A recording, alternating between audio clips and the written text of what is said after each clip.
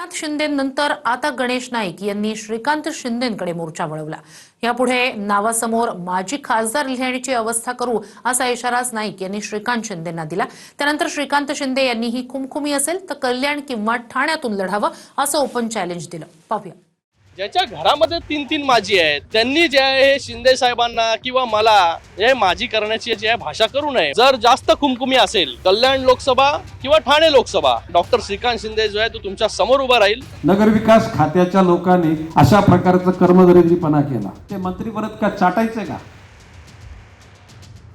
एकनाथ शिंदे आणि गणेश नाईकांमधला वाद आता श्रीकांत शिंदेंनाच पराभूत करण्याच्या चॅलेंज पर्यंत आलाय।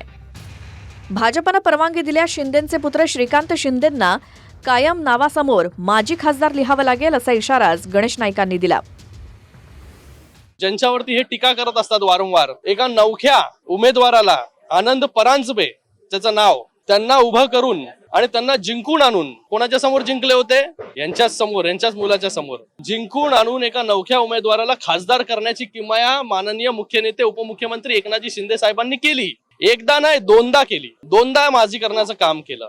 त्याचबरोबर तुम्हाला देखील तुमच्याच पक्षाच्या मंदा म्हात्रे यांनी देखील माजी करण्याचं काम केलं। त्याचबरोबर आत्ताच रिसेंटली ज्या मुलाचं तिकीट कापलं, मुलाचा राजकीय बळी घेतला स्वतःसाठी आणि स्वतः जे आहे त्या ठिकाणी उभे राहिले, त्या मुलाला देखील लोकांनी पाडण्याचं काम म्हणजे माजी करण्याचं काम ऑलरेडी केलेलं आहे। ज्याच्या घरामध्ये तीन तीन माजी आहेत त्यांनी जे आहे शिंदे साहेबांना किंवा मला हे माजी करण्याची जी आहे भाषा करू नये, म्हणून मी म्हणालो स्मृतिभ्रंश। गणेश नाईकांना श्रीकांत शिंदेंनीही प्रति आव्हान दिलंय। खुमखुमी असेल तर कल्याण किंवा ठाणे लोकसभेत माझ्या विरोधात लढून दाखवा असं चॅलेंज श्रीकांत शिंदेंनी दिलंय। जर जास्त खुमखुमी असेल तर येणाऱ्या लोकसभेमध्ये कल्याण लोकसभा किंवा ठाणे लोकसभा जिथे उभं राहायचंय तुम्हाला किंवा तुमच्या मुलाला, ओपन चॅलेंज, कळलं? तर जिथे उभं राहायचं तिकडे उभं राहा। डॉक्टर श्रीकांत शिंदे जो आहे तो तुमच्या समोर उभा राहील। आणि मी एक रिक्वेस्ट पण करेल आमच्या महायुतीच्या नेत्यांना की पुढच्या वेळी जेव्हा निवडणूक होईल तेव्हा यांची खुमखुमी जी आहे त्यांना पूर्ण करू द्या। ठाण्यात एकनाथ शिंदेंनाही पत्रकारांनी नाईकांच्या टीकेवरनं प्रश्न विचारला, त्यावर श्रीकांत शिंदेंनी उत्तर दिलंय असं म्हणत मुलाच्या प्रत्युत्तराला शिंदेंनी दुजोरा दिला।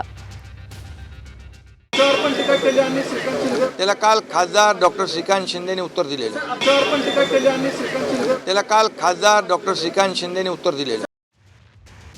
गणेश नाईक नगरविकास खात्यावरून एकनाथ शिंदेंवर भूखंड घोटाळ्याचे आरोप करतायत। शाळा आणि रुग्णालयाच्या दलालांच्या घशात घातलेले भूखंड परत करा, नगरविकास खात्याच्या लोकांचा कर्मदरिद्रीपणा आहे अशी जहरी टीका वाशीतल्या जनता दरबारात नाईकांनी केली। एखाद्या शाळेकरता, रुग्णालयाकरता ते पण दिले गेले नाहीत, ते भूखंड बिल्डर लोकांच्या घशात यांच्या दलालांनी घातले। मला या गोष्टीची लाज वाटते की ज्या मंत्रिमंडळामध्ये मी आहे त्या मंत्रिमंडळामधल्या नगरविकास खात्याच्या लोकांनी अशा प्रकारचा कर्मदरिद्रीपणा केला। या गोष्टी करता गणेश नाईक त्या ठिकाणी आमदार झाला, मंत्री झाला, ते जर का त्या ठिकाणी जनतेकरता मी बोलू शकलो नाही आणि ते जर मिळवू शकलो नाही, ते मंत्री परत का चाटायचे का? आपण स्वतः कोणावरती बोलतो? शिंदे साहेब ज्या वेळेस काय प्रॉब्लेम आहे यांना माहिती आहे, यांना एक असूया आहे। शिंदे साहेब जेव्हा शाखा प्रमुख होते हे तेव्हा मंत्री होते, आज शिंदे साहेब मुख्यमंत्री झाले, उपमुख्यमंत्री झाले, तरी देखील ते तिथेच आहे। आणि ते कोणामुळे झाले मंत्री? 2022 मध्ये शिंदे साहेबांनी उठाव नसता केला ना तर मंत्रीपद देखील बघायला मिळालं नसतं। शिंदे साहेबांवरती तुम्ही टीका करता, ते बिचारे काय बोलत नाही, ते कामातून उत्तर देता। डॉक्टर श्रीकांत शिंदेच्या नादाला लागू नका। इकडे शिंदेंच्या शिवसेनेचे आमदार निलेश राणेंनी देखील ट्विट करत गणेश नाईकांवरती निशाणा साधला। मंत्री गणेश नाईक हे वनमंत्री आहेत, मोठ्या प्रमाणात जंगलतोड सुरू आहे, ज्यामुळे जनावरांचा त्रास होतो। कोकणातल्या शेतकऱ्यांनी शेती जवळपास या जनावरांच्या त्रासामुळे सोडलेली आहे। अनेक ठिकाणी फॉरेस्ट ऑफिसर नाहीत, फॉरेस्ट इन्फ्रास्ट्रक्चरला पैसे नाहीत, साधन सामुग्री नाही। लाकूड तोडी एवढ्या मोठ्या प्रमाणात चालते की ती वनमंत्र्यांच्या परवानगीनं चालली आहे का असा प्रश्न पडायला लागलाय। वन राहिलेलीच नाहीत तर वनमंत्री काय कामाचे? सगळे विषय गंभीर आहेत, पण सध्या वनमंत्री स्वतःला टीआरपी मिळवण्यात व्यस्त दिसतायत। का बोलताय शिंदे साहेबांवर? काय झालंय असं? तुम्ही वनमंत्री आहात, आज काय चाललंय तुमच्या खात्यामध्ये त्याच्यावरती तुम्ही लक्ष दिलं पाहिजे। कोकणातले जे काही फॉरेस्टच्या जमिनी आहेत काय अवस्था झाली आहे, लाकूड तोडी मोठ्या प्रमाणात, जंगलं संपतायत, मग वनच राहिले नाही तर मग वनमंत्री काय कामाचे? याच्यासाठी मी ते लिहून ट्विट केलं होतं। नाईक आणि शिंदेंच्या वादात संजय राऊतांनीही उडी घेतली आणि शिंदेंच्या विरोधात लढाई लढायची असेल तर ठाकरेंच्या शिवसेनेत या अशी ऑफर दिली. एक दिवस हा भ्रष्टाचार असा सुरू राहिला तर एकनाथ शिंदेला तुरुंगात जावं लागेल असं ते म्हणतायत. ही लढाई सत्तेत राहून त्यांना लढता येणार नाही. ज्या पद्धतीनं उपमुख्यमंत्र्यांचे चिरंजीव कॅबिनेटमधल्या एका मंत्र्यावरती पोरकडासारखे हल्ले करतायत. माझा गणेश नाईक यांना एक प्रेमाचा सल्ला आहे. भारतीय जनता पक्षात राहून तुम्हाला या प्रवृत्तीशी लढता येणार नाही, कारण या प्रवृत्तीला छुपा पाठिंबा शेवटी फडणवीस आणि अमित शहाचा आहे. त्याच्यामुळे गणेश नाईक यांनी पुन्हा स्वगृही यावं, शिवसेनेत यावं आणि या लढाईचे रणशिंग फुंकावं. विजय गणेश नाईकांचाच होईल. महाराष्ट्राच्या राजकारणातल्या विदूषकावरती प्रतिक्रिया देण्याची आवश्यकता मला वाटत नाही.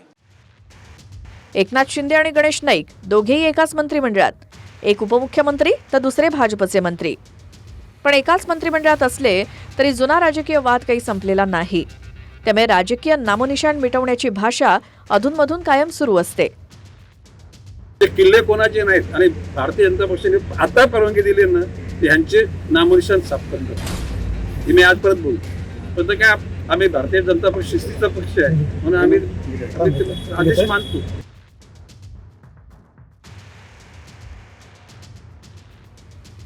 अंबरनाथहून मयुरेश जाधव आणि रवी खरातसह bureau report, TV9 Marathi, Navi Mumbai.